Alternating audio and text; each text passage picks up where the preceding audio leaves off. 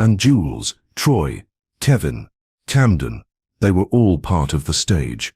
Yes, Wolfe said. Players cast in a drama they didn't know was still running. I sat again, a little harder this time. That's cold. That's art, Wolfe murmured.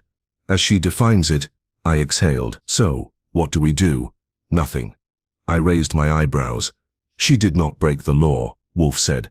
She did not endanger. She manipulated egos, prodded memory, and unfortunately, crafted something memorable. But we know. Yes, Wolfe said, and that is the only justice left. We didn't contact her. She didn't contact us. That afternoon, Fritz served a citrus tart, with a crust that snapped just so and a marmalade glaze. I bet was stirred clockwise under a full moon. Wolfe praised it. I ate 2 slices. Nobody mentioned biscuits. And yet, as I cleared the table, Wolfe lifted his glass of sherry and said, without looking at me, "She was right, you know." About what? That closure is a myth. I waited. But appetite, he said, is real. I smiled, set down the tray, and reached for the coffee pot. Then I'd say we're still hungry. Wolfe didn't answer, but I thought I saw the corner of his mouth tilt, just slightly, like the flavor of a memory that didn't need rewriting after all. It was 2 days before Wolfe addressed the matter again. Not out of neglect, but in the deliberate manner of a man who knew when the final note of a composition should fall. We were seated in the office, the air dense with the quiet hum of late evening, the curtains drawn against a soft drizzle that had returned like an encore. He tapped the edge of the Gallatin menu, now laminated, annotated, and placed in a slim folder, marked Vale, Cynthia, Strategic Memory. He'd said little since we confirmed her authorship, and even less about what it meant, but I knew better than to assume silence meant indifference. This, Wolfe said at last, was not a mystery to be solved. It was a story to be understood. I sipped my coffee. You mean we were never meant to find a culprit? Precisely. Lorraine Cantor wrote the prologue. Yes, she composed the structure, but she never held the pen. Cynthia Vale was the author.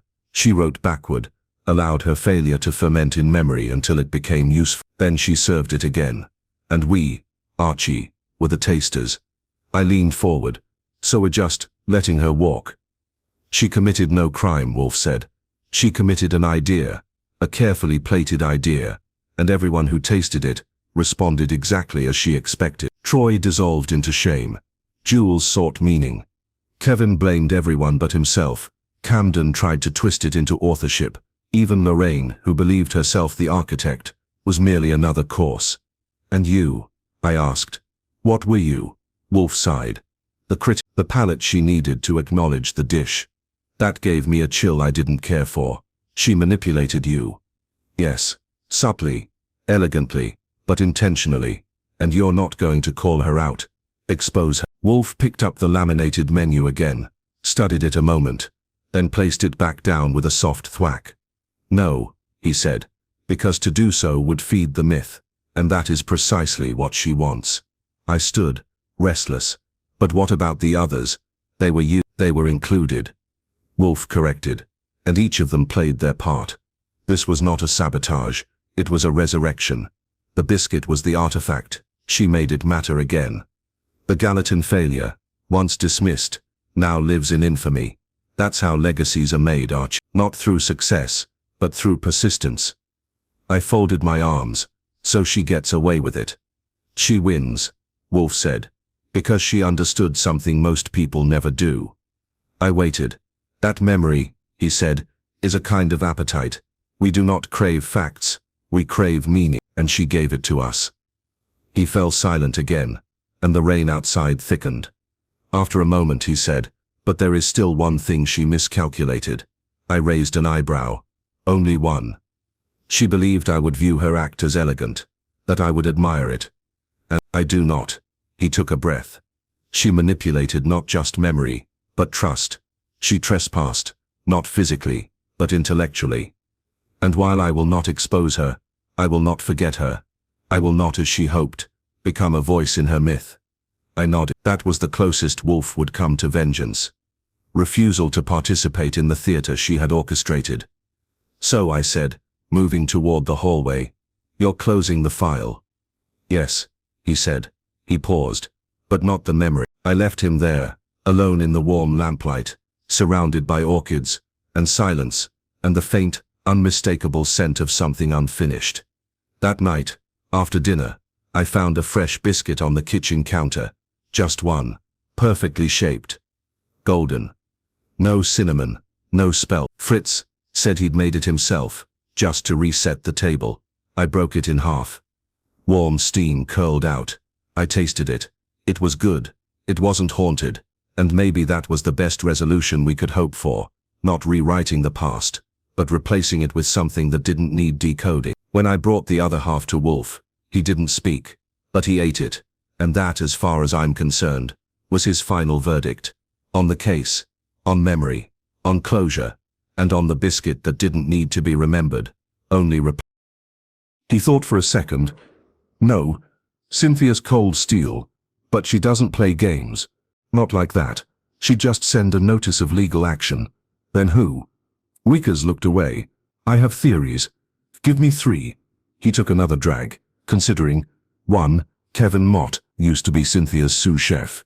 Left 6 months ago, under what she called creative disagreements. He said she stole his ideas. Where is he now? Running a ghost kitchen in Long Island City. Name's Spline. Does ironic grilled cheese and molecular cereal. Delightful. 2. Jules Antonelli. Culinary influencer. We both dated him. Not at the same time. There was overlap. And theory 3. He pointed to the corkboard. One of the pinned photos showed a biscuit nearly identical to the ones Wolfe and Vale had. Wicker's handwriting underneath read, "Not for public consumption. That," he said, "is from a tasting we did for the Gallatin group." Cynthia thought it was bold. I thought it was unfinished. They hated it. We lost the bid. But Cynthia says they gave her the contract. Later, after she redesigned the menu with new concepts. I frowned. So either she lied to us, or someone recreated your original failure and used it as a weapon after the fact. He nodded. The biscuit is a ghost, and someone's using it to haunt both of us. I stood. You'll hear from me again. Try not to bring another biscuit. I'm still detoxing. Back at the brownstone, Wolfe was knee-deep in a bowl of quail eggs, and didn't look up when I reported it. I gave him the run-through, Wicker's setup, the wall of failure, the X-flame, the recipe mailed like a ransom note. He was genuinely surprised. I said, "Not cagey, just bruised." "And Cynthia Vale?" Wolfe asked. "Do you believe she told us the whole truth?" "No, but I don't think she's our saboteur either. She's too careful." Wolfe swirled his glass of beer, then set it down. "We are being drawn into a narrative, one that mimics sabotage, echoes failure, and links private resentments with professional grudges. So someone's trying to pin this on Wickers? Possibly. Or on Vale. Or both. Or it's neither of them." "Indeed," Wolfe murmured. "That would be the most elegant solution, and the most dangerous." I handed him a printout of Kevin Mott's address. Wolfe scanned it, and tapped the page with his index finger. "This one," he said, "is volatile. Pay him a visit. Take care. Do not eat anything. Understood?" I turned to go, but Wolfe's voice stopped me. "Archie." "Yeah?" The biscuit was not merely symbolic, it was tactical. I looked at him. Meaning someone used it not to amuse, but to provoke. He closed his eyes again, and they succeeded. Kevin Mott opened the door in an apron that read, "Chef de Resistance," in cracked red vinyl, with flour on his hands, and a Bluetooth earpiece blinking in one ear like he was expecting incoming instructions from a mothership staffed by bitter patties. I introduced myself, and he gave me a squint like he was trying to decide whether to slam the door or offer a sample menu. "You're with Wolfe," he said. "The real Wolfe. Unless there's a decoy version out there solving biscuit crimes in a trench coat." "Yeah." He hesitated. "Is this about the thing?" I smiled. "Depends which thing you mean, but it involves biscuits, sabotage, and a recurring sense of culinary doom." He opened the door fully, and waved me. The kitchen behind him was a maze of prep tables, induction burners, ring molds, squeeze bottles, and high-end equipment that probably cost more than my car. The air smelled like burnt sugar, bay leaves and ambitious spline. The ghost kitchen he ran was housed in a warehouse that had been partitioned into culinary cubicles. I counted at least 4 different workstations in sight, all humming with energy and chaos. Someone was torching a marshmallow in the corner. Someone else was plating what looked like oysters, suspended in beet foam. I'm on a tight prep window, Kevin said, but I'll give you 10 minutes, and then I have to deconstruct a croque monsieur for a TikTok segment. Don't let me stop you from ruining sandwich. He led me to the only quiet space in the building, a shipping container, converted into an office with a desk, an espresso machine, and a whiteboard filled with menu notes, and arrows pointing at phrases like starch nostalgia and conceptual glaze. I didn't bake the damn biscuit, he said, before I even sat down. That's comforting, I said. Most innocent people don't lead with that, but I appreciate the enthusiasm. I know Cynthia thinks it was me, or Wickers, or both of us colluding in some desperate little drama, but I've moved on. You left Euphonia on bad terms. No, he said. I left on honest terms. I told her the direction she was taking was wrong for the market, that her obsession with modular tasting experiences was pretentious, that we should have leaned into analog flavors, not abstract ones. She disagreed. That was it. No hard feelings. He laughed. Oh, plenty, but I've had years of therapy and a great new clientele that pays for novelty and doesn't ask me to explain it. I'm doing fine. You don't miss the Gallatin account. That got a twitch. He leaned back, arms crossed. That was mine, he said. I built that relationship. Cynthia took it after I left, said she retuned the menu for their board. Truth? She ripped off my groundwork. I was the one who figured out their palate range, what they'd tolerate, what they'd never accept. I let that sit for a second. So if someone sent a biscuit to Gallatin that was designed to fail, he cut me off. It would be a message, a coded one, and you'd know what it meant. He shrugged. If I saw it, maybe, but I haven't. I took out the photo I'd snapped of the biscuit at the brownstone and handed it to him. He studied it, blinked. Then again, this is close to the mock batch I made right before I quit, he said. The one I told Cynthia not to serve. She called it too safe. I said it was intentionally modest, like a control in an experiment. You mean like a decoy? Yeah, familiar. Simple, but with deliberate imbalance. The spelt flour, the over cinnamon, meant to test how far the Gallatin tasters would stretch before rejecting it. And they did. They hated it. It reminded them of home baking, but failed it. I watched him closely. You're saying the biscuit wasn't just a sabotage item. It was a psychological trigger. He looked up surprised. That's good. That's exactly what it was. It's not the kind of bad that's forgettable. It's the kind of bad that offends memory. Then someone's using it deliberately, I said. Not to ruin careers, but to provoke. He drummed his fingers on the desk. If Cynthia got that biscuit, and Wickers did too, and now Wolfe, someone's linking us together through a mutual professional failure. It's not about food. It's about control. He looked at me again. You think this person wants to bait us into reacting? I know it, I said. And if they're good, they'll escalate. I left Kevin Mott's culinary bunker with the sense that I hadn't just interviewed a suspect. I'd walked into a tightly wired memory trap. Whoever was behind this wasn't improvising. They were composing. Back at the brownstone, Fritz was on edge. He met me at the door with a grim face, and a paper towel clutched like a lab sample. Someone has been in the pantry, he said. Again, I lock it every night. This morning the spice jars had been moved. Basil in front, thyme in the second row. Not my system. I took the towel. Inside was a torn scrap of wax paper, the faintest trace of flour. They left it, he said, like a note. I headed straight for the office. Wolfe was there, of course. His bulk parked behind his desk like a battleship that had never once drifted off course. We've been visited again, I said, this time in the spice rack. He took the paper towel without a word, unfolded it, and examined the wax paper as if it were a ransom note. No markings, he said, but the change to the pantry arrangement is significant. Why? Because it mimics a kitchen Wolfe hasn't been in for years. That got my attention. You recognize the pattern? Yes, he said. Troy Wickers used to organize his spices by aromatic profile, not alphabet. Basil before thyme. It was his trademark. You think he came in here? No, I think someone wants us to think. He reached for a small notebook, his own log of interior anomalies, which he'd apparently started after the biscuit incident. He flipped a page. There's a pattern emerging, he said, but it is not linear. Someone is fabricating association through indirect replication. They're using past behavior as paint, and this house as the canvas. That's poetic, I said, and slightly terrifying. Wolfe looked up. We're being drawn into a constructed memory. Someone is walking us backward through other people's failures. I nodded. So who's next? Wolfe didn't answer immediately. Then he said, find Jules Antonelli, the influence Antonelli, He hesitated. I've been wondering the same thing. Whoever it is, they understand the emotional weight behind that recipe. It wasn't about flour or flavor. It was about betrayal. Creative, professional, even personal. You had access, I said, to the recipe, to the players. You knew their weaknesses. You could have done this. He didn't argue. Instead, he picked up his mug and looked out the window. Mr. Goodwin, he said, I've spent a year building a quieter life, consulting, teaching, advising clients who want drama on the plate, not behind the stove. If I wanted to punish them, I wouldn't be so subtle. Then who would? His voice dropped. Someone who knows how they all hurt each other. Someone who doesn't just want to be seen, but remembered. Someone like Troy. I frowned.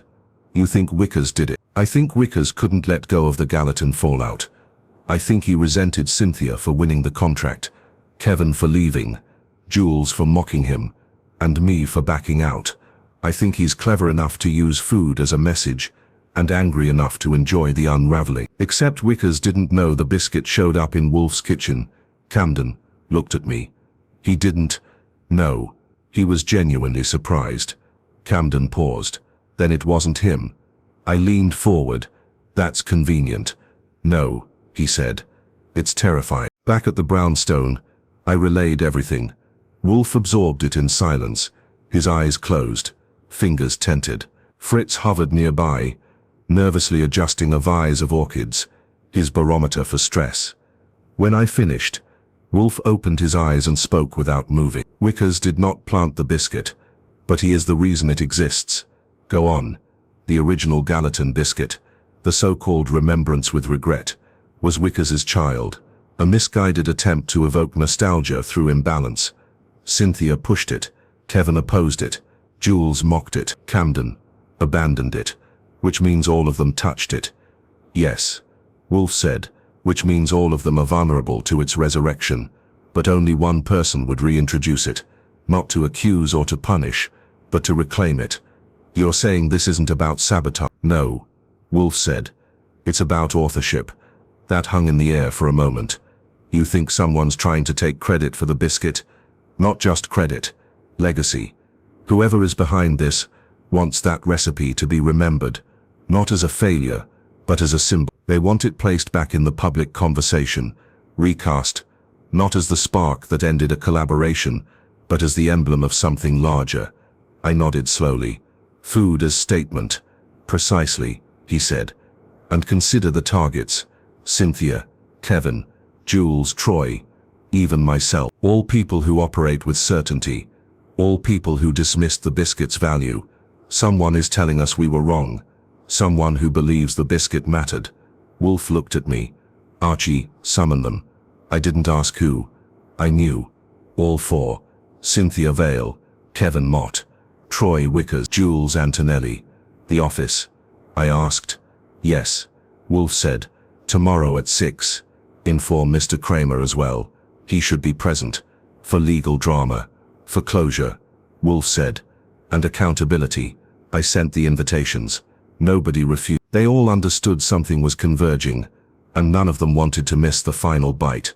That night, the brownstone was quiet. Fritz double-checked every lock. I made coffee strong enough to cut glass. Wolfe sat alone in the office for hours, staring at the 2 remaining biscuits, now rigid, stale and still pregnant with intention. Whoever did this, I said quietly, they've controlled the pace, the flavor, the memory. You going to take it back? He didn't answer, but his silence tasted like strategy. The next day at 6 o'clock sharp, the brownstone saw a full cast of characters that could have populated a particularly tense dinner party if Wolfe had ever allowed more than one guest at a time, let alone 4 plus Inspector Kramer. But here they all were, summoned not by guilt, but by implication, by the slow tightening of a net they'd each contributed threads to, knowingly or not. Cynthia Vale arrived first, impeccably tailored in navy, hair pulled back with the same precision she brought to plating. She walked into the office like it was a boardroom, and gave Wolfe a nod that stopped just short of respect. Kevin Mott came next, less defiant than before, wearing a blazer that didn't quite match his sneakers. His arms were crossed by default. He took the seat farthest from Cynthia, and closest to the door. Jules Antonelli followed, floating in with a scarf and a glimmer of performance. He offered a smile to everyone, received none in return, and sat without being asked. Troy Wickers was last, 15 minutes late, and chewing a fingernail. His shirt was wrinkled, his eyes rimmed red, and his posture told me he'd considered not showing up until the last possible second. But here he was, completing the tab. Kramer stood to the side like a boulder with a badge, arms folded, watching everything with the patience of a man waiting to be proven right. Wolfe didn't speak immediately. He let the silence stretch, the way he always did, until it turned from awkward to deliberate, then from deliberate to damning. Finally, he opened his eyes. "This," he said, "is not a trial. I am not a judge. But something has been done, a series of calculated acts that sought not only to provoke, but to manipulate memory. Someone has used a symbol of professional failure and personal humiliation to pull you all back into a moment you would rather forget. And they did it," he said, voice hardening just slightly, "by leaving a biscuit." Nobody spoke. Wolfe leaned forward. "Each of you received a version of it. Cynthia, in your lab. Troy, in your apart. Jules, you received no biscuit, but you memorialized it voluntarily, as though preparing an epitaph. Kevin, you claim innocence and I believe you, but the design, the construction, and the message point not outward, but inward." Cynthia narrowed her eyes. "You think one of us did this?" "No," Wolfe said. "I think all of you did." That landed like a stone. Even Kramer blinked. Wolfe continued, "Not in collusion, and not consciously, but each of you participated in the elevation of that biscuit from a culinary misfire to a narrative artifact. You named it, mocked it, shared it, criticized it. You turned it into a legend, and legends," he said, "tend to return." He turned his gaze to Troy. "You were the original author. You attempted something evocative, and it failed, but your failure was communal. They all took part in shaping how it would be remembered." Cynthia pushed it. Kevin tried to revise it. Jules dressed it up and gave it a voice. "I didn't," Troy started, but Wolfe raised a hand. "Don't interrupt. You sent no biscuit, Mr. Wickers. I am sure of that. You were the first victim, not the culprit." He turned to Jules. "You posted the image that reawakened the memory, perhaps innocently, but it reintroduced the form into the ecosystem. That photograph was the spark." Jules opened his mouth, then closed it. Wolfe went on. "Cynthia, when you discovered it in your lab, your instinct was to preserve it, to control the narrative. You brought it here. You wanted justice, or at least to reclaim authority over the memory. And Kevin," Wolfe said, looking now at Mott, "you were the only one who knew the recipe had been altered, degraded. You recognized that someone wasn't just referencing failure, they were corrupting it. So who actually did it?" Kevin asked. "Who baked the damn That," Wolfe said, "brings us to Mr. Shaw." The door opened then on cue, and Camden Shaw entered, having been quietly invited by Wolfe through me an hour earlier. He walked in slowly, without apology, and took the final seat. Kevin rose halfway before sitting back down. Cynthia's jaw tensed. Troy just stared. Camden gave a small nod. "I'm not here to defend myself." Wolfe inclined his head. "You may want to." Camden exhaled. "I didn't bake the biscuit, not a single one, but I did send the recipe." Troy's voice broke. To each of you," Camden said. "Anonymous. No note, just the formula. I sent it with the hope that someone would see it again, that it would be recognized, not as a failure, but as a piece of something shared." "You wanted to trigger us," Cynthia said coldly. "No, I wanted you to remember that it mattered, that the work meant something, even if it didn't succeed." Jules was silent. Kevin looked away. Troy clenched his fists. Wolfe cut through the moment like a scalpel. "You manipulated them. You introduced a memory you knew would fester." "I reminded them of their own story," Camden replied. "They're the ones who made it legendary." Wolfe's face was impassive. "You gambled that someone would act on it." "I gambled," Camden said, "that someone would bake it, and someone had." Wolfe turned back to the group. "You all had the recipe, but only one of you recreated it, and planted it once in Cynthia's lab, once in Mr. Wicker's home, once in my kitchen. That person took Camden's symbol and weaponized it. Now the room changed. The tension shifted. Everyone looked at everyone else. Wolfe's voice dropped to a murmur. Jules. Antonelli looked up, startled. You posted the image, Wolfe said. You recontextualized the biscuit as grief. You framed it as tragedy, and then you recreated, not because you hated it, but because you missed it, and when you realized it had power, you used it. Jules stood. That's not. You had the skill, Wolfe said. The reach, the appetite for spectacle. You didn't act maliciously. You acted dramatically. You wanted to orchestrate an emotional reckoning. I was trying to remind them, Jules shouted, that what we did mattered, that it meant something. Kramer stepped forward, but Wolfe held up a hand. There was no crime, he said, only trespass, emotional, symbolic, perhaps literal, though I suspect your midnight pantry visit was less about invasion and more about stagecraft. Jules didn't deny it. He just looked exhausted. I thought we'd finished that course, I said. No, you've only cleared the plate. There's one bite left. I glanced at Wolfe, who had of course opened his eyes, and was watching me. Would you care to explain? I asked. I can't, she said. Not on the phone. I'm at my apartment. It would be better if you came. Can I bring a friend? I was hoping you'd bring Wolfe. I looked at him. He sighed, closed his eyes again, and said, No. Wolfe doesn't travel. I told her. You'll have to settle for the mobile unit. I understand, she said. But come quickly. She hung up.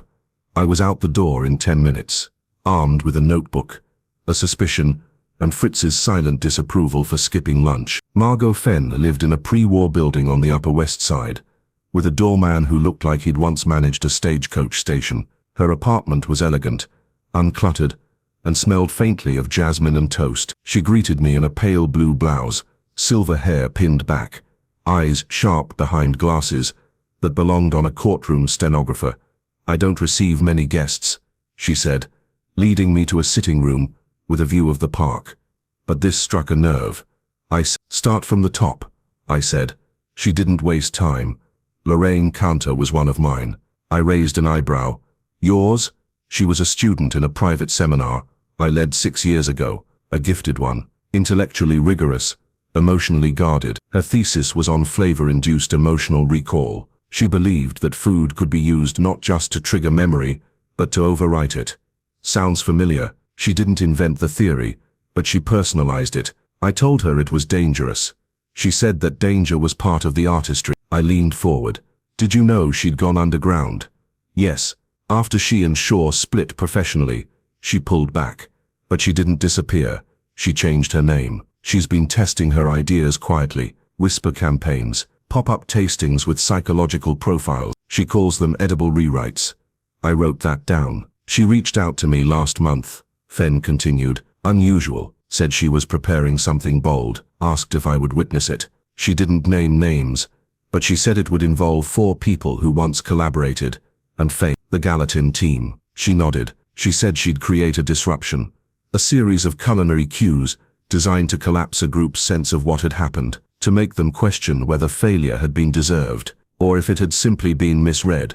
I exhaled. She used the biscuit. She used memory, Margot said, and ego. She knows chefs. She knew they wouldn't be able to resist responding. Why are you telling me now? Because she mentioned Wolfe, Margot said. Said she would need someone capable of interpreting the pattern, that she wanted someone to see it. I asked if that meant solving it. She said, no, understanding it. That tracked. Lorraine hadn't tried to hide.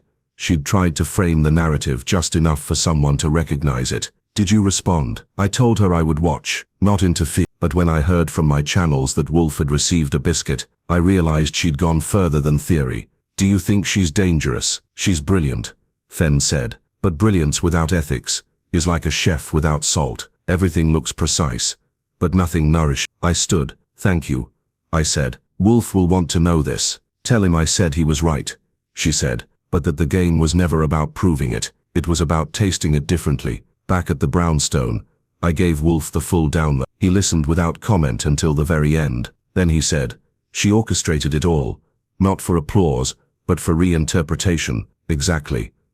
She used Wolfe, the suspects, even the memory of the failure itself, not to solve anything, but to force a new reading of what happened. She believes history is not a record, Wolfe said, but a menu, and memory is the main course. He closed his eyes, leaned back, and let silence settle. After a while, he said, "She did not fail." "No," I agreed. "She succeeded, just not in the way any of us expected." He opened one eye. Even that night, dinner was unremarkable. Veal loin, asparagus, and a sorbet that Fritz had somehow made taste like late summer. There were no speeches, no visitors, no ghostly biscuits. But before I left the office for the night, I found a fresh envelope on my desk. No wax seal this time. Inside a single slip of paper, typed, "Closure is a myth, but appetite is real. Thank you for tasting. LC." I left it there, tucked beneath the corner of Wolfe's dictionary, like a page from a story that didn't end, only stopped turning. And I thought, some cases don't close, they linger, like flavor. It was raining again by the time the final piece fell into place. Not a dramatic storm, no thunderclap to cue revelation, just a soft, continuous drizzle, tapping against the window panes of the brownstone, as if politely insisting we hadn't heard the end of it. Wolfe was at his desk, immersed in the latest delivery of rare orchids from Ecuador. Fritz was in the kitchen, rolling dough with a serenity that implied no memory of the biscuit affair. But I, Archie Goodwin, was still chewing on it, mentally at least. I'd gone through the whole dance, start to finish, from the stale biscuit in our own kitchen, to Jules Antonelli's artistic confession, Camden Shaw's manipulative letters, Lorraine Cantor's subtle mastermind routine, and finally the quiet epilogue delivered by Margot. On paper the case was done. No laws broken, no blood spilled, just ego, memory, and the culinary equivalent of a ghost story. But something still scratched at the back of my brain like a bread knife that wouldn't sit flat in the drawer. Wolfe, to his credit, seemed satisfied. It was not a crime, he'd repeated more than once. It was a narrative, a statement shaped in flower and contradiction. That didn't mean it hadn't rattled him, he just wouldn't say it aloud. Wolfe didn't mind being bested in theory. What he minded was being used as a chapter in someone else's essay. Still, he'd put it aside, or at least shelved it high enough that he wouldn't need to look at it again unless provoked. That provocation arrived, not as a letter this time, but as a manila envelope addressed to me, postmarked from Rochester. I opened it because I open everything that comes to Wolfe, unless it smells like almonds, or looks like it might contain an uninvited culinary critique. Inside a menu, not just any menu, the original Gallatin Group proposal, typed, annotated, and bearing the logos of Euphonia Enterprises and Camden Shaw's former consultancy. Across the top was a post-it note in all caps. "Found this in a box of samples. Don't know why I can't stop thinking about the biscuit." Kevin Mott, I assumed. But it wasn't the note that held my attention, it was the menu. Because on the second page, under Palate Cleanser Dem 2, was a description: transitional bite, deconstructed buttermilk biscuit, with sorrowful heat, spelt crumble, cinnamon whisper, thyme smoke.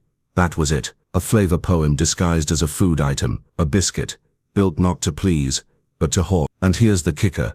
It was dated 3 weeks before the team's final tasting with Gallatin, before the infamous rejection, before the so-called failure. I brought it to Wolfe. He looked at it for less than 5 seconds before pressing his fingertips together. "She intended it all along," he said. "You mean Lorraine?" "No, Cynthia Vale." I blinked. "Cynthia, yes," Wolfe said. "This is her copy, her mark, her phrasing. The original biscuit was not an accident. It was part of her design. She shaped the Gallatin menu to include a deliberate failure, not to win their approval, but to provoke their memory.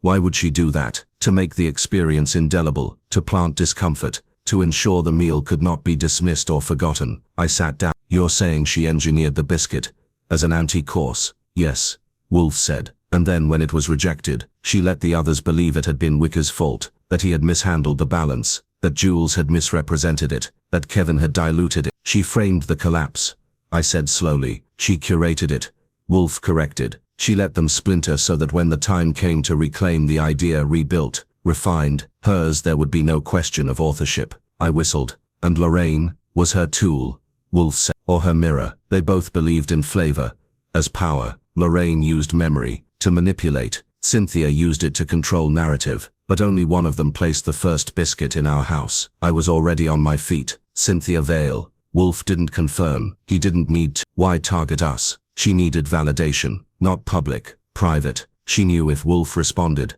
if the great mind of West 35th Street acknowledged the biscuit's emotional power, then it had been redeemed. And once it worked, she moved on. Wolfe's notice, no second attempt, No escalation, just silence.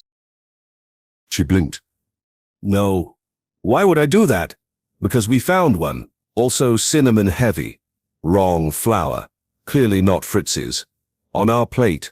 On our counter. Sometime between midnight and breakfast. Her expression didn't change. But something flickered in her eyes. Alarm or recognition. Maybe both. That wasn't me, she said carefully. But if it was the same biscuit, or from the same batch, then someone is playing a wider game than I thought. Wolfe didn't respond. His eyes were closed, and he was breathing through his nose in that slow, deliberate way that meant neurons were colliding behind the scenes. He finally opened his eyes and spoke without looking at her. Mrs. Vale, describe the nature of your enterprise. She sat straighter. Euphonia develops high-concept, edible experiences for elite clients, events, restaurants, branded tastings, prestige menus. Think Michelin stars meet psychological flavor sequencing. Flummery, Wolfe said. She smiled. I've heard worse, but the business is real and competitive. We've recently outbid 2 major firms for a long-term contract with the Gallatin Group, an executive club in Midtown with very traditional tastes. The day after the final tasting, someone left the biscuit. Someone with access to our kitchen and a flair for narrative sabotage. Wolfe opened his eyes again. And this has compelled you to seek outside help. Yes, because I think it's connected to your biscuit too. And if someone is playing with our reputations, yours and mine, they're doing it with intention. I tilted my head. You think we have the same biscuit, bandit? It's not impossible. Have you shown it to anyone? I still have it, she said. I was going to send it to a lab, but I thought it might be better to show you. Archie, Wolfe said. Fetch it. I blinked. You want me to? What, go with her? To her office? She has it with her, Wolfe said. Her handbag. Cynthia paused, then slowly unzipped a soft leather tote. She removed a small plastic case with a biscuit inside, nestled like it was on trial. I brought it to Wolfe's desk and set it beside ours. He didn't move. I will not taste it, he said, but the visual match is notable. Archie, I did the honors. One bite, then a grimace. It's the same. Same imbalance. Same awkward crumble. Same cinnamon assault. Not Fritz. Not edible. And not innocent. Wolfe looked at Miss Vale. You may leave both samples. Mr. Goodwin will be in touch with questions. For now, give me the names of everyone with access to your kitchen during the past 72 hours. She didn't hesitate. 5 people, all staff. One of them's a disgruntled pastry chemist, named Troy Wickers, who left 2 months ago but might still have keys. He's dramatic. Dramatic. Likes to stage exits. Once sent an apology cake that said you're the real flake in icing. Charming. I said, where's he now? Brooklyn. I can give you the address. She did. I saw her out, got the details, and filed away the impression that Cynthia Vale was not a woman used to being out of control, but she was handling it like she'd trained for chaos in heels. Back in the office, Wolfe hadn't moved. She didn't leave the biscuit here, I said. No, Wolfe replied, but she's not surprised that someone did, and that is suspicious. Make the whole thing look bigger than it is. Link her sabotage to yours, gain sympathy or headlines. Possibly, but unlikely. Her distress was authentic. Then what? Wolfe sighed. Someone is constructing a pattern.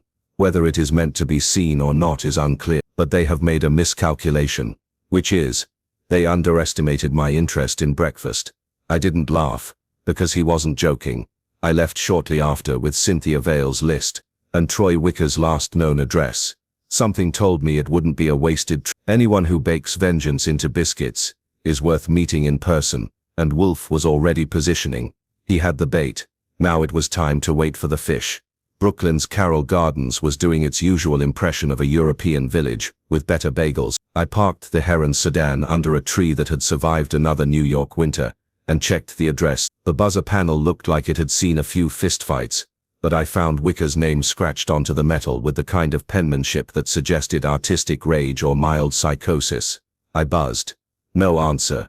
I tried again, still nothing. Normally that's where a man with a sense of self-preservation shrugs and walks away, but I'd driven through lunchtime and was under orders. Besides, Wolfe had looked more interested in this biscuit than he had in a high-profile blackmail case last winter, and that one involved a mayoral candidate and 3 identical briefcases. So I waited. 5 minutes. 10. Eventually the door to the building creaked open behind me, not from Wickers, but a teenager in headphones with a skateboard under one arm and an iced coffee the size of a fire extinguisher. I caught the door before it shut. Hold that thought, I said, stepping in. Apartment 4B was at the top of a stairwell that had opinions about my knees. I knocked once, then twice. Finally, the door cracked open 2 inches, revealing an eyeball, a bloodshot one. Who is it? Archie Goodwin. I work with Nero Wolfe. Silence. Then the door shut. I waited. Eventually it opened again, this time wide enough to admit both me and a blast of stale rosemary and something that might have been goat cheese or regret. Troy Wickers stood barefoot in the threshold, wearing pajama pants that had never seen pajamas, and a t-shirt advertising a defunct cupcake festival. Wolfe doesn't do pastry cases, he muttered, stepping aside.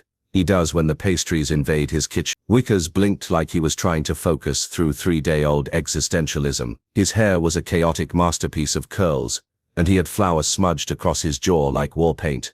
Wait, he got one too. I walked in. The apartment was equal parts storage closet and science experiment. Jars lined the counters. Some had labels. Most did. There was a dehydrator running in the corner, a half-eaten pan of something crusted and brown on the table, and a corkboard covered in photos of plated food, some printed, some torn from magazines, all stabbed with pushpins. I gestured to it. You chart your enemy. That's my failure wall, Wickers said, flopping into a chair and lighting a cigarette with a stove match. Every recipe I've scrapped, every client that didn't get my palate story, every critic who called me undisciplined or gimmicky, or my favorite of flavors on a dartboard technician. Sounds like you took it well. He exhaled smoke toward the ceiling. You didn't come to compliment my decor. So what do you want? I want to know why someone's using your biscuits to stage psychological break-ins. That got a grin, crooked and slow. I wondered when that would catch up with me. Cynthia called you. She visited, brought a sample. We compared it to one someone left in our kitchen. He scratched his chest. That explains the message I got last week. What message? Anonymous. Plain envelope. Inside was a list: ingredients, ratios, baking time, no note. But it was my recipe, one I'd junked. Your failed recipe. Exactly. But someone had tweaked it slightly, adjusted the cinnamon, lowered the hydration, made it worse, deliberately, like they were echoing my version, but degrading it. That's how I knew it wasn't me. You thought Cynthia had done it. I thought it was her way of telling me she'd won, that she'd buried my ideas and was gloating in code. Would she do that in code? He intersected with Vale and Wickers. He knows Mott. If there is a 4th point in this compass of resentment, it is him. I opened my notebook. Last I heard, Antonelli was doing culinary storytelling workshops at a private studio in Soho. You want me to sign up? No, Wolfe said. You will observe and be ready. For what? For the next intrusion. Because someone wasn't done yet, and Wolfe knew it. Someone had stirred the ingredients of memory, resentment and failure, and now they were baking revenge. By the time I reached Soho, the rain had turned that cold, annoying sort of persistent, the kind that doesn't pour so much as sneak into your collar and tap your spine like a bored pianist. Jules Antonelli's culinary workshop was tucked into the back of an art collective space on Broome Street, wedged between a vegan leather accessories shop and a gallery displaying abstract paintings that looked like they'd been done in the dark by someone with a grudge. Inside it smelled like truffle oil, chalk dust, and ego. Jules was in the middle of a demonstration when I arrived. White linen apron over black jeans, a vintage silk scarf knotted dramatically at his neck. His hair was styled to appear unstyled, and he held a microplane like it was a wand. Around him, a half-dozen attendees sat on stools, while he waxed poetic about the emotional resonance of shaved Parmesan. Flavor is memory, he was saying, his voice soft and intense. It's not just what you taste, it's what the taste reminds you of. We're not cooking food, we're summoning ghosts. If that wasn't a thesis statement for what Wolfe suspected, I didn't know what was. I waited until the demo wrapped and the crowd scattered, murmuring appreciatively as they clutched complimentary recipe cards printed on recycled cardstock. I moved in. Mr. Antonelli, I said, you've got a minute. He turned, flashing the kind of smile you'd expect to see in a cologne ad, or an unsuccessful dating show. I've always got a minute. Who wants it? Archie Goodwin. I'm with Nero Wolfe. His smile flickered. Not gone, but no longer effortless. I've heard of Mr. Wolfe, he said. Does this minute involve murder? Just sabotage, I said. Though some of the biscuits involved might qualify as manslaughter. He laughed. Then, seeing I wasn't joking, motioned me toward the back. We walked through a curtained-off area into what passed for his office, more like a stage dressing room with spice jars instead of makeup trays.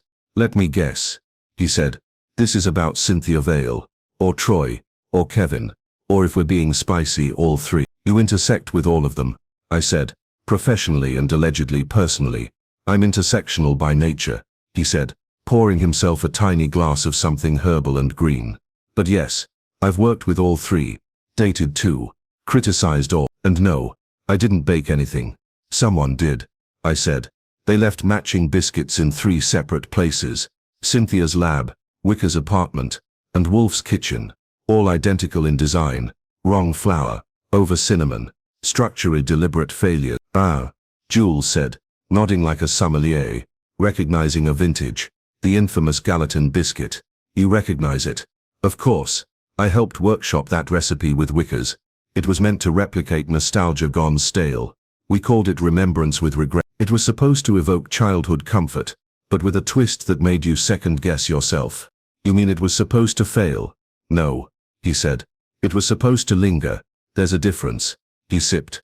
It didn't land with the Gallatin crowd. Too symbolic. Too self-aware. You think that's why someone's reviving it? Jules tilted his head. You're saying this is intentional, that someone's deploying the Gallatin biscuit like a weapon. That's the theory. They're using it to link the 4 of you together. He set down the glass and moved toward a sideboard, where he picked up a tablet. With a few swipes he opened a gallery of images, plated dishes mostly, but one caught my eye. It was the biscuit, photographed from above, alone on a white plate. A caption underneath read, "Failure Jean 47. Because even ghosts get hungry." I raised an eyebrow. That yours? He nodded. Post is that a week ago. Just a moody food essay. Bit of poetic. You're telling me you posted a photo of the exact biscuit that's been showing up in kitchens and offices like a bad memory, before anyone knew it was back? I posted a metaphor, he said, not a blueprint. I didn't respond. I didn't have to. He could see the shift in my expression. Look, he said, holding up both hands. If someone's pulling strings here, it's not me. I don't sneak into apartments or bake at night. I write essays about flavor trauma. I lecture on palatal resonance. I have boundary. You have motive, I countered. You knew the recipe. You knew the players. And you had the stage to reintroduce it. He stepped back, not quite defensive, but no longer friendly. You think this is petty revenge? I think this is design. Someone's pulling emotional triggers using food as a medium. And whoever it is wants all of you, the failed collaborators of Gallatin, to squirm. Jules crossed his arms. Then I'd start with the one who had the most to lose. Cynthia won the contract, but she won nothing long term. Gallatin cancelled the second phase of their project 2 weeks ago. Quietly. Too much drama. That was new. Why didn't she tell us that? Because it makes her look vulnerable, Jules said. And Cynthia Vale doesn't do vulnerable. Who else knew about the cancellation? Kevin. Probably Troy. Maybe someone inside Gallatin. Maybe. He paused, eyes narrowing. Do you know who supplied the original Gallatin contact? No. Should I? Gallatin's gatekeeper was a man named Camden Shaw. He was the one who brought Cynthia and Kevin in. He loved that they were on opposite ends of the ego spectrum. Said it made for good proposals. Where's he now? Last I heard, he left Gallatin after the biscuit tasting. Dropped off the grid. Said he was re-evaluating the metrics of taste. Which is the kind of thing you say when you've either joined a monastery or started a revenge blog. I filed the name away. You got a contact number? I might. But I want something first. I gave him a look. If you say exposure, I walk. He smiled faintly. No, just this. If Wolfe figures this out before it goes public, before someone gets really hurt, don't let Cynthia bury it. I want the truth to be visible, even if it tastes bad. Got it, I said, and left. Back at the brownstone, I found Wolfe where I'd left him, seated, serene, scowling at nothing in particular. I briefed him. He didn't interrupt, which told me 2 things. 1, he already suspected part of it, and 2, he was listening for the thing I wasn't saying. When I finished, he nodded once. This man, sure, he said. Find him. You think he's the puppet master? No, Wolfe said.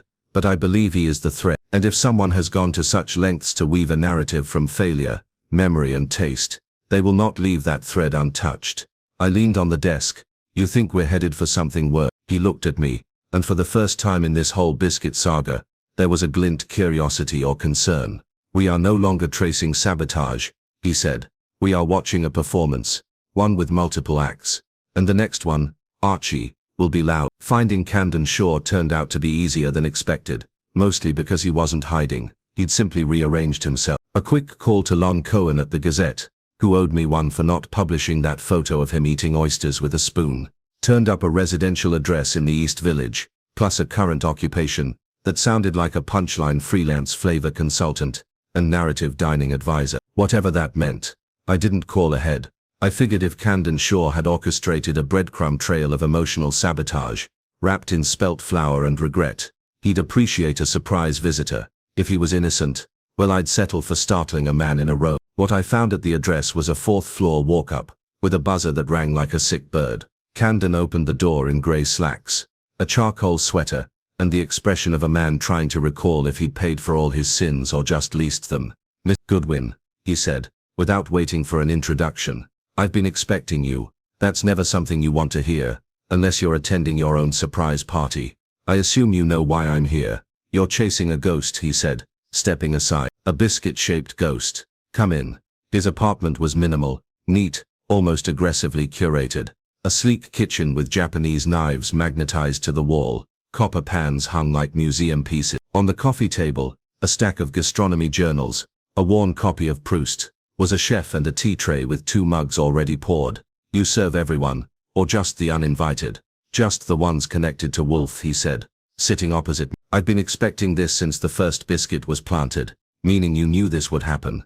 "I feared it would," he said. "When you spend enough time around the insecure brilliance of people like Cynthia and Kevin, and Troy and Jules, you start to recognize how fragile the balance is. Gallatin's project was an implosion waiting to happen. You were their original contact. I was the one who lobbied for them," he said, pitched the idea of culinary storytelling as a new form of brand identity. Gallatin wanted old money sensibility packaged in novelty. These 4, they brought the fire, they brought the drama, and then they failed to stick the landing. "The biscuit," I said. He nodded. "It wasn't just a failed recipe, it was the breaking point. After Gallatin rejected the concept, the team splintered. Jules left in protest. Kevin accused Cynthia of sabotage.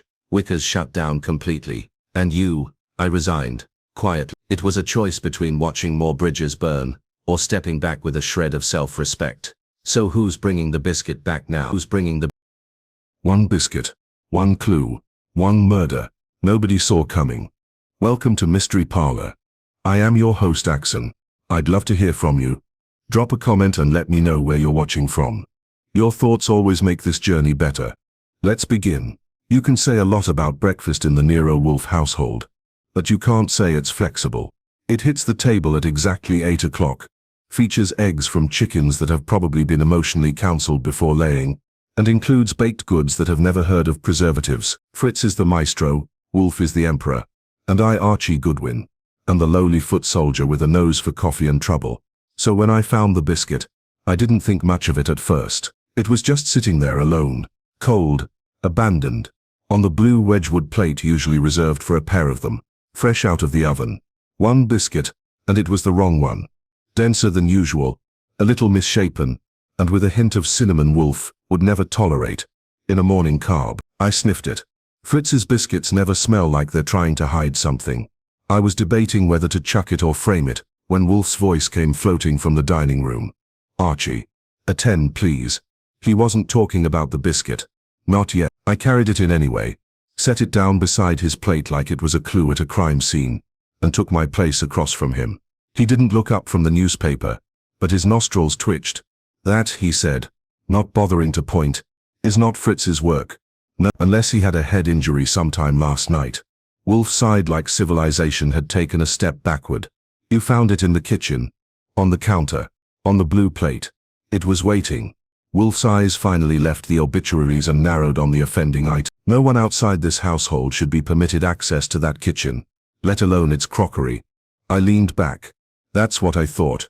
But unless Fritz is moonlighting as a saboteur, We've got ourselves a little culinary trespass. He didn't answer immediately. Instead, he laid the paper aside and reached for his beer. Yes, beer with breakfast. It's a thing. After a contemplative sip, he glanced toward the door. Right on cue, Fritz appeared. Apron immaculate. Expression less so. You did not touch that, did you, Mr. Wolfe? Fritz asked, alarm creeping in under the starch. I did not, Wolfe confirmed. But Mr. Goodwin, in his exuberance, transported it here. Fritz shot me a look that could curdle hollandaise. That is not mine. I found it this morning on the counter. Someone placed it there after we had all retired. Which, I said, is you, me and him. I pointed a thumb at Wolfe. Saul Panzer wasn't dropping off baked goods, and we didn't have any overnight guests. Unless someone scaled the wall and broke in to leave us a mediocre biscuit. Wolfe grimaced. An inelegant theory, but if the premise is correct that someone introduced a foreign item into my kitchen, then it was neither casual nor culinary. It was a message. I raised an eyebrow. A stale biscuit as a calling card. That's a new one. Not a calling card, Wolfe said. A disturb. Now I've seen Nero Wolfe shrug off everything from blackmailers to homicide reports before his eggs were finished. So when he says something's a disturbance, I pay attention. Fritz retreated to the kitchen with muttered German and enough offended dignity to qualify as a diplomat. Wolfe stared at the biscuit like it had interrupted his orchid cataloguing. Archie, he said, summon Mr. Kramer. Tell him I require a favor. If he objects, remind him of the matter of Sergeant Phelan and the taxman's mistress. That one's still in play. It is now. Kramer and baked goods don't normally intersect unless there's powdered sugar involved. So I knew this wasn't about the biscuit itself. It was about the why. Someone had gotten into Wolfe's kitchen. They'd brought something homemade or made to look homemade, and left it like a prank. But Wolfe didn't believe in pranks. He believed in motives. And someone had just taken a swipe at the sanctity of his household. By 10 o'clock, Inspector Kramer was seated in Wolfe's office, with his cigar unlit, which tells you how seriously he was taking it. You called me over for a pastry, he growled. No, Wolfe said, steepling his fingers. I called you over because someone entered my home without permission and left that. He nodded at the plate. The biscuit sat alone on the office desk, lit dramatically by the morning sun. Kramer snorted. You got any evidence of forced entry? No. Nor was anything else taken or damaged. Then what am I supposed to do? Dust it for fingerprints? I require information, Wolfe said calmly. A name. A client of yours, past or present, who might resent me, not for action taken in court, but for deduction made in this room. Someone petty, precise and bold enough to leave a message, but not a mess. Kramer scratched his chin. I can think of a dozen, and half of them bake. 3, Wolfe said.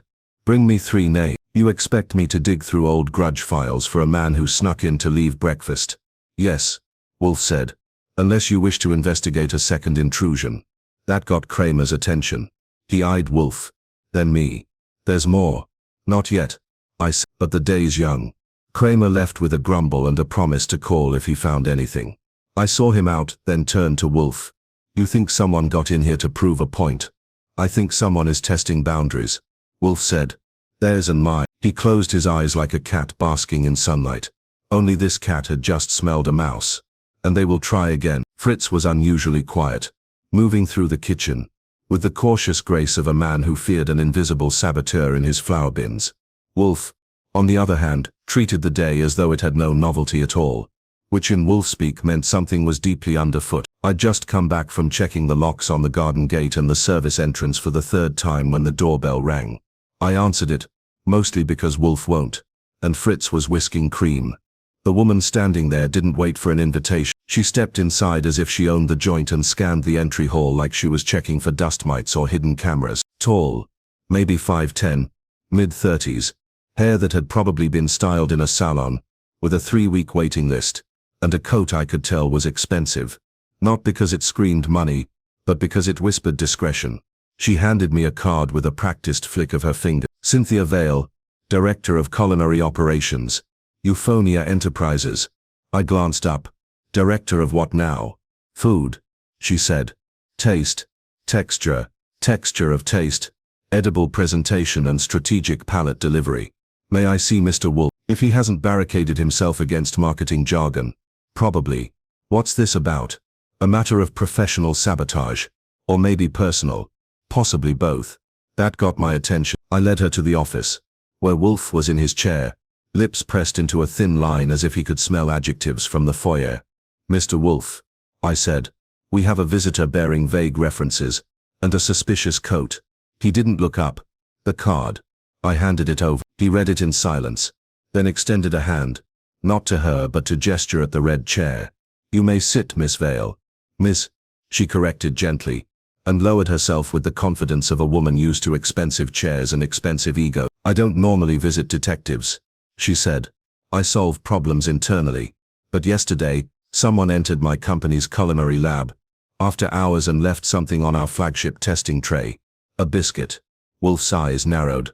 "Described, round, slightly underbaked, cinnamon forward, wrong flour mix, spelt instead of soft white wheat." "Spelt," Wolfe repeated, almost to himself. It was intentional. All of it. The taste profile mimicked a previous experimental batch, one that was scrapped 6 months ago after a disastrous review leak. This biscuit was a replica of failure. An indictment then, Wolfe said. More like a warning. Archie's mental file drawer opened, and a few things lined up like dominoes tipped by gravity. I cleared my throat. "Miss Vale, did you place that biscuit in our kitchen yesterday morning?" "In our kitchen." "I thought," he said quietly, "that maybe if we all looked at it again, really looked at it, we could reclaim it. Fix the story. You broke it further," Cynthia said, voice sharp. Kevin looked away. Troy just stared at the floor. Wolfe leaned back. This case was never about sabotage. It was about authorship, about a forgotten piece of culinary history that someone tried to rewrite. He stood. Everyone rose with him. This gathering is concluded. No one said a word as they filed out. Jules went last. When the door finally shut, the silence returned, solid and final. Fritz entered a moment later with the dinner tray, braised duck, sautéed greens, parmesan. Wolfe took his first bite, chewed, swallowed. Then, to no one in particular, he said, "Memory is a flavor best preserved, not performed." And I, for once, had nothing to add. The next morning was bright, clear, and so calm it almost made you believe the whole biscuit saga had been a fever dream, brought on by too much rhubarb tart. The brownstone had returned to its usual rhythm, Fritz in the kitchen whistling something vaguely Austrian. Wolfe nestled among his orchids, giving them the kind of praise he rarely bestowed on humans, and me in the front room, pretending to organize case notes while actually staring into the middle distance, and wondering if I'd just watched a theatrical production disguised as a culinary mystery.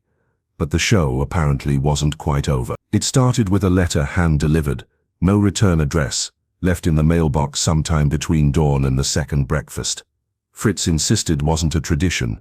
The envelope was cream-colored, thick, sealed with a red wax insignia I didn't recognize. I opened it without ceremony. Inside was a single sheet of paper, printed in italic script. "Dear Mr. Wolfe, the performance, as you rightly perceived, is complete. But I wonder if you've considered the true audience. The biscuit was never meant for the 4 who received it. It was meant for the one who would understand it, you. Because while memory is a flavor best preserved, as you said, the question remains, who controls the pantry?" See. I read it twice before handing it to Wolfe, who took it with a sigh heavy enough to require scaffolding. He read in silence, then folded it once and placed it beside his beer glass. "Well," I said, "that's ominous. It's arrogant." Wolfe muttered. "And affected, but correct." He didn't answer immediately. "That was never a good sign." "Camden Shaw," he said at last, "has misunderstood his role. He believes himself a provocateur, an architect of memory. He forgets that to manipulate history is not the same as shaping it. You're saying he's claiming authorship again?" "Yeah." "This letter suggests he now sees himself as the true orchestrator, not just of the biscuits, but of the resolution. And that bugs you. It offends logic," Wolfe snapped, "and dignity. Want me to go rattle his windows? No. Let him grandstand. His ambition is not criminal. It is theatrical." He stood a rare enough occasion to signal the seriousness of the moment, and walked to the Globe bar, pouring a finger of brandy into a snifter with the kind of care most men reserve for nuclear disarmament. He held it, swirled it, then said, "But there is still a loose end." I leaned forward. "Which one?" The biscuit that arrived in this house. The original. It preceded the others, and Jules Antonelli did not deliver it. That stopped me. You're saying someone else baked and placed the first? Yes. Wolfe said. Someone with access to the kitchen. Someone who knew the symbolic weight it would carry. Someone whose hand is still invisible. Camden. Possibly. But he denies baking, and I believe him. I frowned. So who? Wolfe tapped the envelope. There is a second author, one who remains in shadow. We have seen the actors, heard the monologue, but the true playwright is still off stage. I felt the knot tighten again. Just when it looked like we'd taken our final bow, someone was adjusting the lighting. A knock on the door interrupted us. I answered it, expecting perhaps a delivery or another anonymous pastry. It was Saul Panzer, which under normal circumstances meant something had shifted. He walked in, removed his hat, and handed me a thin file. Sorry it's late.